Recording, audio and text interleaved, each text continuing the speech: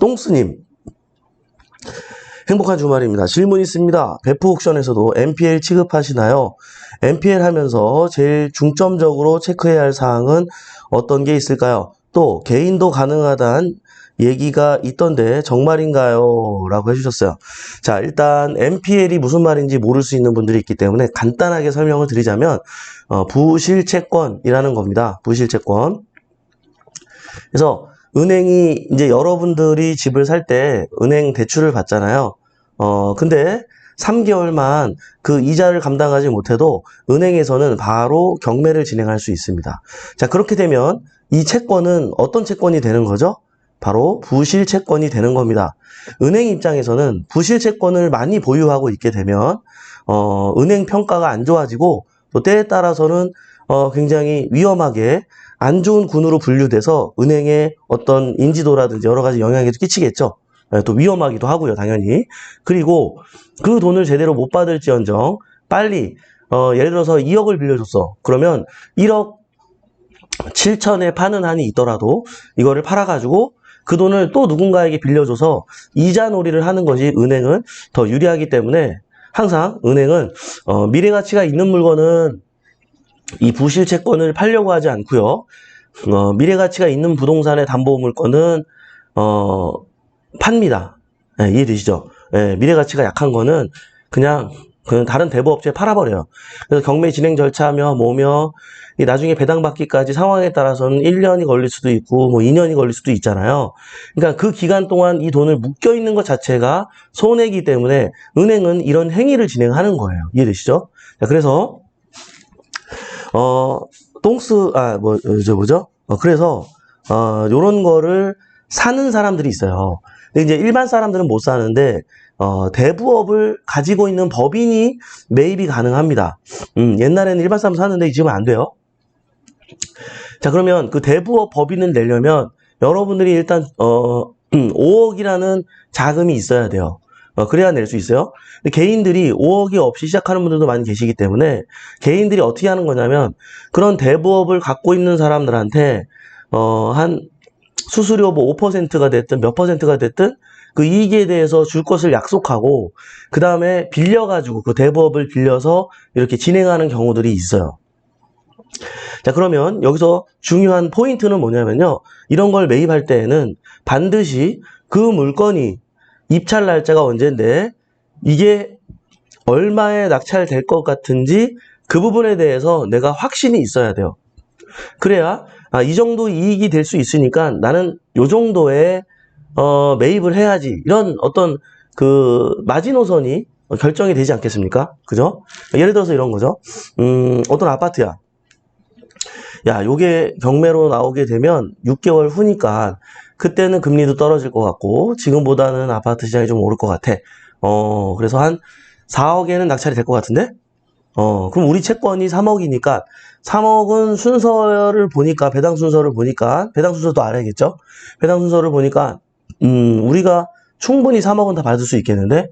요거는 2억 6개월 정도를 감안해서 보았을 때 배당 받으려면은 또 잔금 납부하고 한 2달 더 있어야 되니까 8개월 정도. 그럼 그동안 내가 이걸 매입하는 것이 내 돈으로 100% 하는 게 아니라 대출을 80% 받아서 한 거니까 그거에 따른 이자까지 계산했을 때 3억에 낙찰될 것 같으니까 3억은 우리가 받을 수 있을 것 같으니까 나는 한 2억 7천, 2억 5천 정도 아니면은 안 사야지. 요거 협상해 봐야지. 요런 그림을 그릴 수가 있겠죠.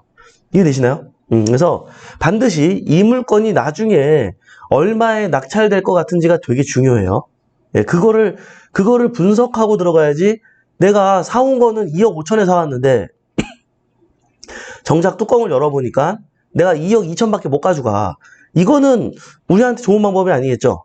물론 여러분들이 이제 방어 입찰이라 그래서 더 높게 써가지고 대출 일으켜가지고 또 이제 뭐 요리하는 방법이 있기는 한데요.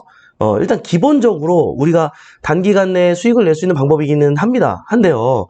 그 과정 가운데 이러한 부분들을 체크해야 된다는 거죠. 이해되시나요? 뽕수님. 네, 좋습니다. 그리고 시라님, 네. 아이고, 글씨가 넘어갔어요. 잠시만요. KHM님께서, 처음 뵙네요. 자주 뵐게요. 에어비앤비나 33M2 같은 단기 임대 수요는 어떤 방법으로 알아볼 수 있을까요? 사이트에 예약된 것만 보면 비슷한 지역이라도 예약 상황이 극과 극으로 많이 다르던데 수요를 어떻게 확인해 볼 수 있는지 감이 안 와요. 요거는요. 여러분들이 우선 예약된 것만 보면 비슷한 지역이라도 예약 상황이 극과 극이면, 자, 극과 극이라 그랬잖아요. 예약 상황이. 그러면 한쪽은 사진을 잘 찍어서 굉장히 좋을 수도 있고, 아니면 가격이 합리적이라서 좋을 수도 있고요. 한쪽은 반대로 가격이 비싸서, 그리고 사진을 제대로 못 찍어가지고, 네, 이런 어떤 요인이 있을 수가 있기 때문에 그것 또한 시세 조사를 해볼 필요가 있는 거예요. 자, 먼저 아예 초보분들을 위해서 살짝 설명을 해드리면, 여러분들이 컴퓨터가 됐든 핸드폰이 됐든 일단 이런 공유 숙박업, 에어비앤비, 33M2, 리브앤이에요. 이런 것들을 일단 깔으셔야 돼요. 깔고요. 여러분이 활동 반경 안에 있는 지역 근처에 어떤 매물이 나왔고 얼마에 나왔는지, 평일은 얼마고 휴일엔 얼마인지, 그리고 실제로 예약률은 어떠한지, 이런 것들을 관찰해 볼 필요가 있어요. 그죠? 그래서 클릭하고 들어가 봤더니, 그러면은 예약 가능 날짜를 클릭을 해야겠죠. 그러면은 거기에 숫자가 써 있고요. 에어비앤비 같은 경우는 이렇게 짝대기가 예약이 됐으면 이게 거 있어요. 그리고 저번 달 거였어도 짝대기로 거 있는 게 있고 안 거 있는 게 있어요. 그러면 안 거 있는 거는 그냥 공실이었다는 얘기고, 거 있는 거는 누군가 예약을 했거나 아니면 주인이 사용하려고 다른 사람이 예약 못하게끔 X를 표시해 놓은 거예요. 예, 이해되시죠? 그러니까 그런 것들을 통해서 어느 정도 가늠은 가능하겠죠? 예. 그리고 요즘에는 에어비앤비만 운영하지 않아요. 에어비앤비를 합법적으로 운영할 수 있는 것도 있지만 불법으로 운영하는 경우가 많기 때문에, 에어비앤비가 상대적으로 33M2나 리브애니에보다는 회원 수가 워낙에 많다 보니까 오늘 올리면은 오늘 연락이 오거든요, 진짜로. 예. 그래서 초기에 자리를 잡을 때는 에어비앤비가 굉장히 좋을 거예요. 나중에는 어떻게 될까요? 리브애니에어나 33M2로 자리 잡는 게 좋습니다. 왜요? 이거는 합법이기 때문에 단기 임대 방식으로서 최하 일주일 단위로 계약을 받습니다. 그러니까 운영자인 우리 입장에서도 굉장히 수월해요. 에어비앤비는 보통 1박 2일, 2박 3일 이런 손님도 많잖아요. 그러면 매일 청소를 가야 되는 번거로움도 있었는데, 요렇게 최하 일주일 단위로 받으면 우리 입장에서 좋잖아요. 근데 제가 처음에는 이 세 가지를 다 깔고 하라고 말씀드리는 이유는 회원수 차이가 너무 많이 납니다. 네, 33M2나 리브애니어가 알려지질 않았어요. 네, 그래서 어느 정도 아는 분들끼리는 알아가지고 자주 이용하는데, 그래서 우선은 초반에는 에어비앤비로 자리를 잡고, 초반에 어쨌든 세 군데 다 까는 거예요.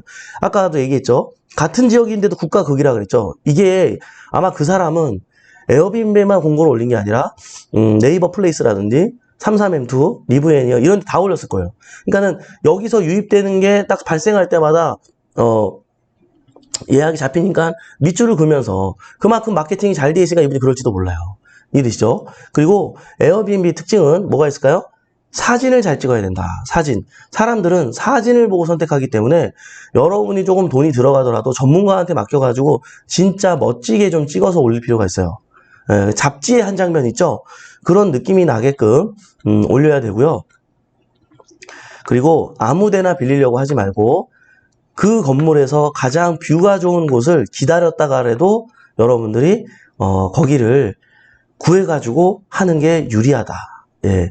언젠가는 경쟁 어떤 이런 공유 숙박 물건이 또 올라올 수 있기 때문에, 그런 물건에 비해서 우리가 우위를 점하기 위해서는 뷰가 확실히 좋은 곳, 예, 그런 것들을 그 가운데에서도 오는 손님들은 또 선별을 하기 때문에 여러분들 그러한 부분까지도 알고 있으면 좋을 것 같아요. 네, KHM님, 요즘에 이제 많은 분들이 이런 거 궁금해 하는데 아주 좋은 질문이었어요. 네, 요렇게.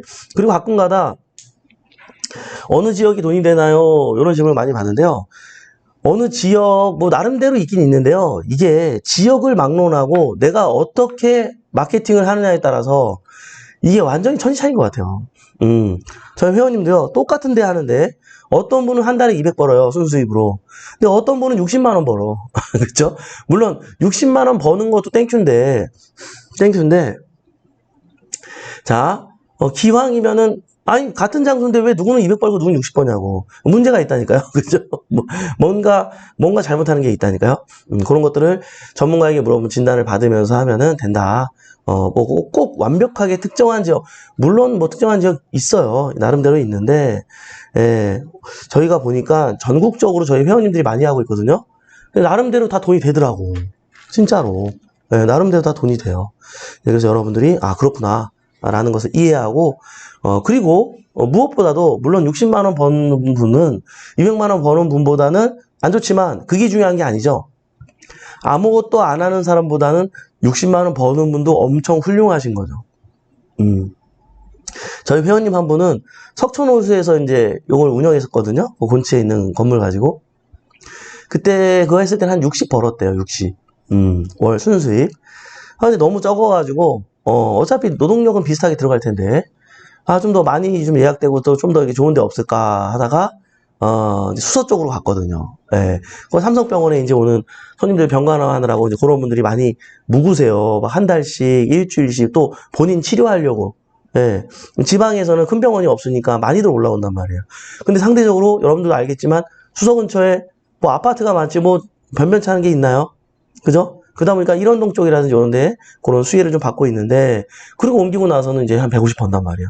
예를 들어 제가 하나를 설명을 드리는 거예요. 자, 이게 일단 시작했기 때문에 그거보다 나은 것이 뭔지를 고민하다가 그런 이익 창출을 실현하게 됐다라는 거죠. 예. 여기서 또 좋은 교훈이 나오네요. 여러분, 우선 고민하지 말고 시작하세요. 지금 당장 10만 원밖에 안 벌려도 그 경험과 노하우는 어디 가지 않기 때문인 거예요. 예. 맨날 고민만 하시고 계실까봐 말씀을 드려봅니다. 그죠?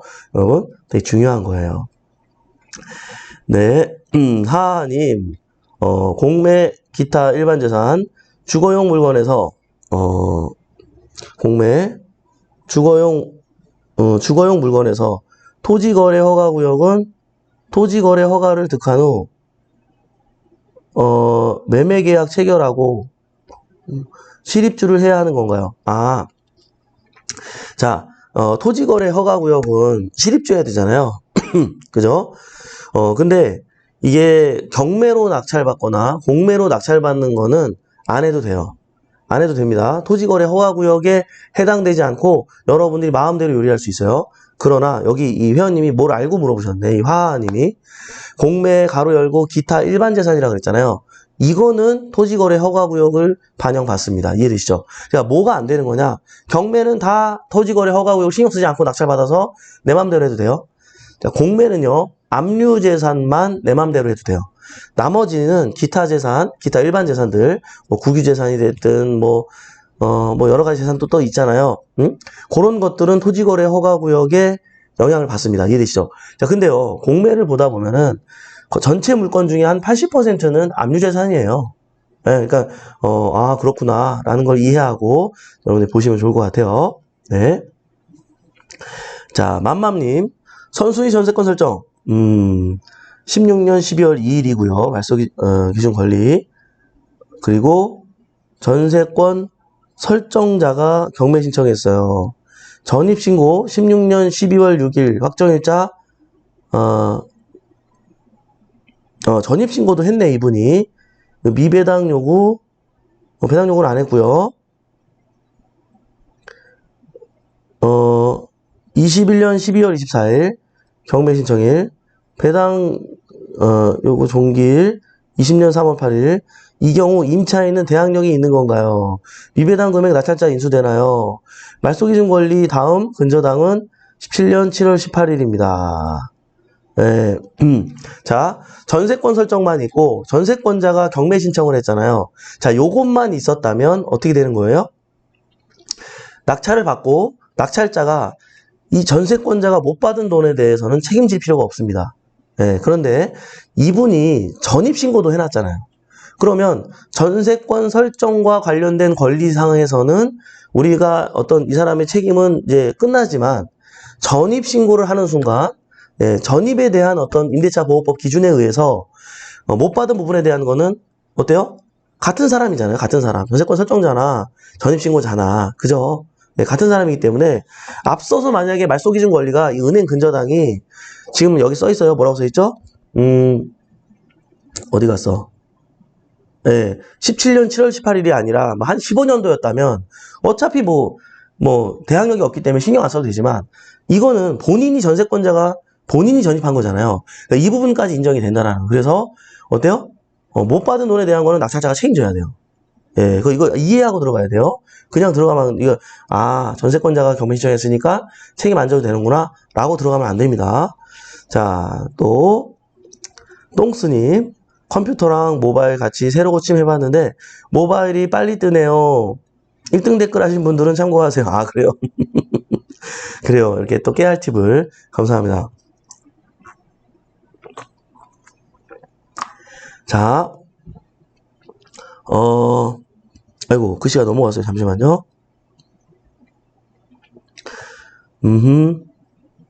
딸 둘, 아들 둘. 세대 분리에 대해 궁금해서 문의를 드리겠습니다. 시아버님 집에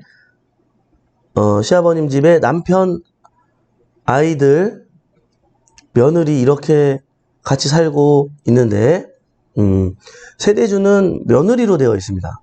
며느리가 경매로 집을 사놓으려고 하면 1가구 2주택이 되는 건가요?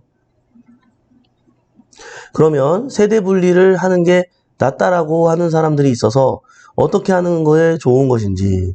자, 조금 헷갈린데요. 다시 한번 정리해 볼게요. 시아버님 집에 남편, 아이들, 며느리. 그 남편의 자식이 따로 있나요? 무슨 말인지 어쨌든 중요하지 않아요? 자, 시아버님 집에 남편이 있고 아이들도 살고 며느리가 또 산다고요? 그럼 3대가 사는 건가요? 내가 이해를 좀 잘 못하는 것 같아요. 죄송해요, 여러분. 이렇게 같이 살고 있는데 세대주는 며느리로 되어 있습니다. 며느리가 경매로 집을 본인이 며느리인데 그냥 본인을 이렇게 제3자처럼 표현했나 보다. 며느리가 경매로 집을 사놓으려고 하면 1가구 2주택이 되는 건가요? 그렇죠. 한 세대에 있는 거잖아요. 한 세대. 지금 현재 한 세대에 전입해 있고 다 등기가 돼 있는 거잖아요. 그죠? 네, 등본에. 그러면 이제 한 가구죠. 한 가구에 2주택이 되는 거죠. 네. 세대 분리를 하는 게 낫죠. 네, 그렇게 되면. 네. 제가 이거 잘 이해했는지 모르겠어요. 죄송합니다. 이게, 이 글로만 제가 해석을 해야 되다 보니까 여러분 양해해 주시고요. 해바님께서, 안녕하세요. 배포옥션에 지금 무슨 반이 있나요? 저희는 이제 평생회원 실전반만 있다고 생각하시면 돼요. 예, 그것 말고, 전문가반도 있고, 나름대로 다른 게 있기는 한데, 처음 저희한테 이제 함께 하시는 분들은 평생회원 실전반 말고는 등록할 수 있는 반이 없어요. 예, 저희가 부가적으로 있는 반들은 저희 회원님들을 위한 프로그램으로 진행되는 거라서, 이거는 이제, 예를 들어서 이제 지난번에도 전문가반, 저번에 창업반 및 전문가반을 운영했는데, 이거를, 자, 봐봐요. 아무것도 모르는 분을 전문가반으로 저희가 딱 만약에 접수시켜버리면 따라올 수가 없어요. 저희 수업을 따라올 수가 없고, 실제로 저희가 이제 그때 한 10 몇 분인가 수업을 들었던 것 같은데, 그분들 중에, 되게 잘 돼가지고, 바로 유튜브 찍었는데, 지난달에 벌써 2천 몇백만 원 수익 내신 분도 있고, 이번 달에도 마찬가지고, 몇 분이나 만들었어요. 몇 분이나 배출을 했습니다. 근데 이 정도로 바로 전문가 수준으로 끌어올리려면 실전반 수준의 교육이 돼 있어야 이제 할 수 있는 부분이라, 어쨌든 저희 안에는 낙찰반도 있고 좀 이게 이것저것 목적에 맞는 게 있는데, 자, 그런 것들은 일단 우리 배포옥션 실전반 평생회원반 이거를 이수하신 분들에 한해서 신청할 수 있는 프로그램이기 때문에 요거 하나 있다라고만 기억해 주시면 좋을 것 같아요. 네.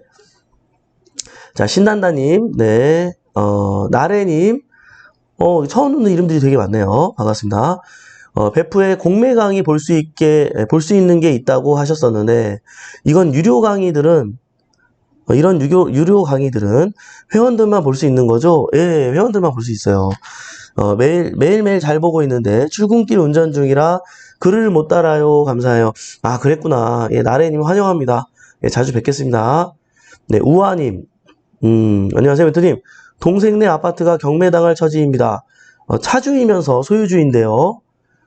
대출 상환 아니면 아파트를 유지할 방법이 없는 걸까요? 야, 이게 어떤 채권 때문에 이게 당한 건지, 어떤 상황인지에 따라서 작전이 달라져요. 여러분, 경매를 당할 때에도, 당할 때 당하더라도 꼭 전문가한테 상의하십시오. 그러면 진짜 몇 천에서 몇 억까지 여러분들이 진짜 유리하게 핸들링할 수 있는 방법들이 다 있어요.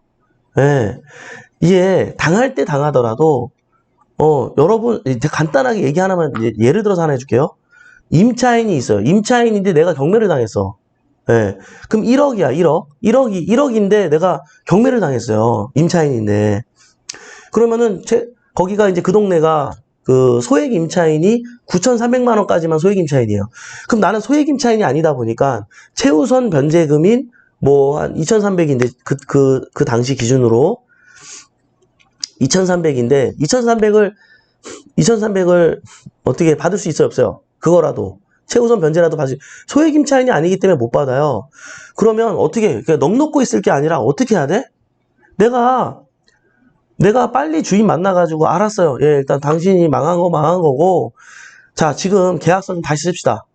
9,300만 원으로 다시 조절해 주세요. 이렇게 해서 그냥 1억 그냥 없는 그냥 이미 날라간 거 어떻게 해요? 1억 다 잃을 거예요? 2,300만 원이라도 건져야지. 자, 그러면은 9,300이라고 계약서를 다시 만들면은 어떻게 되는 건 나는 소액 임차인에 속하잖아요. 그러면 2,300이라도 배당을 받을 거 아니야. 자, 이런 걸 몰라가지고 넋 놓고 있는 분들이 굉장히 많거든요. 뭐 한 10,000명 중에 10,000명이 그래. 이렇게 10,000명 중에 그래도 한 명은 안 그럴지 모르겠다. 이 몰라서 못하는 거야. 몰라서. 우리 법을 이용하면은요, 얼마든지 여러분 입장에서 또 이렇게 그 가운데에서 우리 돈을 자금을 지킬 수 있는 방법이 있어요. 그러니까 딱 요 얘기만 듣고는 제가 어떤 상황인지를 몰라서, 예? 어떤 판단이 어려운데, 이거를 가까운 아직 이렇게 적을 두고 있는 교육기관이 없다면, 배폭션에 오시고, 그쵸? 1번, 그게 1번. 너무 멀다. 아유, 예, 나 가까운데 전문가 있다. 그러면 전문가한테 가서 꼭 물어보세요. 알겠죠? 예. 자, 올리비아님.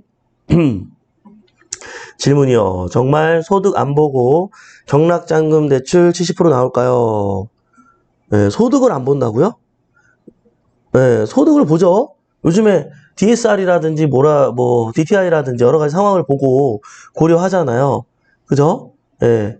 근데 이제 신탁이라든지 이런 걸 이용하면 좀 더 나오고 이런 경향들이 있는데 여러분들이 소득이 없더라도 여러분 명의로 제가 앞서서 몇 개월 전에도 아침 방송에서 안내해 드린 적이 있지만 신용카드를 뭐 사용하고 있다든지 그런 것만으로도 연봉 5천 정도 이렇게 인정해 주기도 하고 그걸로 또 대출이 나오기도 하는 경향들이 있기 때문에 꼭 내가 소득이 없다고 안 나오는 게 아니니까 그런 것들을 꼭 같이 더불어 확인하시기 바랍니다. 예를 들어서 건강보험료를 많이 내고 있다던가 국민연금을 많이 내고 있다든가 아니면 내 명의로 되어 있는 카드를 좀 쓰고 있다든가 이것만으로도 인정이 됩니다. 뭐를 할 때만?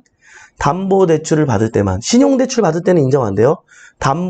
부동산 담보대출 받을 때는 그것도 연소득이 얼마겠다라고 추정하고 인정해 주기 때문에 그런 식으로 소득이 없는 분들은 미리미리 여러분 명의 카드를 발급해서 준비하시기 바랍니다.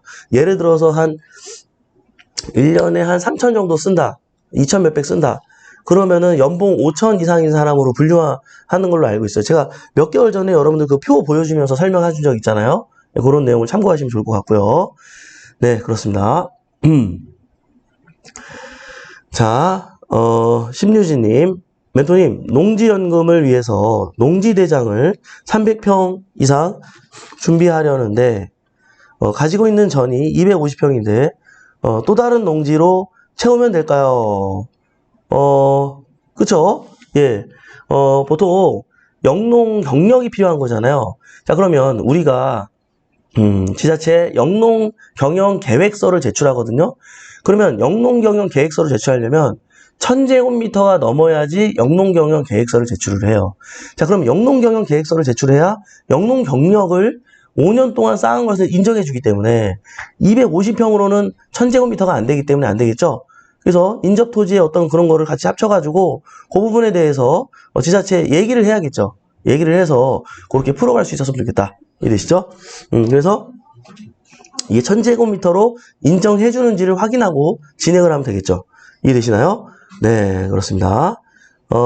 예, 여러분들 또 질문들을 또 계속 주셨는데요. 예, 토요일은 이렇게 여러분들 질문을 주시면 제가 실시간으로 답변을 드리는 시간입니다. 이 시간을 활용해서 언제든지 궁금한 게 있다면 이렇게 물어봐 주시기 바랍니다. 예, 오늘 토요일입니다. 네, 여러분들 토요일 날씨가 여전히 계속해서 더운데요. 요즘 뭐 잼버리 행사가 굉장히 지금 우리나라가 좀 먹칠이 돼가지고 안 좋은 상황 가운데 있죠. 그만큼 너무 더운 것 같습니다. 진짜 너무 더운 것 같은데 건강 유의하시고 잘 쉬셨다가 저는 또 월요일날 아침에 만나 뵙도록 하겠습니다. 네, 지금까지 배폭션의 이성재 멘토였고요. 우리 같이 잘 됩시다. 화이팅!